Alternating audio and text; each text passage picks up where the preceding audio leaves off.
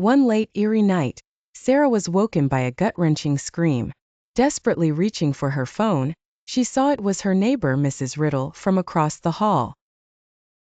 Mrs. Riddle's voice crackled through the speaker. "Lower the volume of the songs."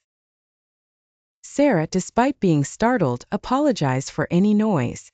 She was new in the building and didn't want trouble.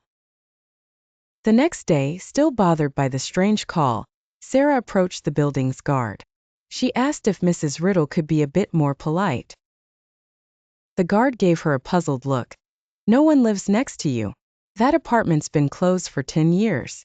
The owner was found murdered." Chills ran down Sarah's spine. Could she have been dreaming? When leaving for work, she decided she would look into moving out. On her way up the stairs that evening, she met an old man. "Excuse me, but did something terrible happen in the apartment next door?" she asked hesitantly. "Yes," replied the man. "But how did you know?" Sarah explained it was the guard who told her. The man stared at her bewildered. "This building doesn't have a guard. Not for years now."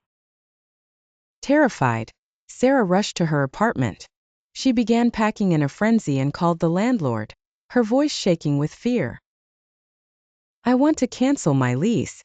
There's a murdered woman in the apartment next door and her ghost just called me. And the spirit of a guard as well." The landlord chuckled. "What are you talking about, Sarah? The building is empty. There are no residents other than you." She froze, her phone slipping from her hand. Was she really alone? And who or what had been calling her that night?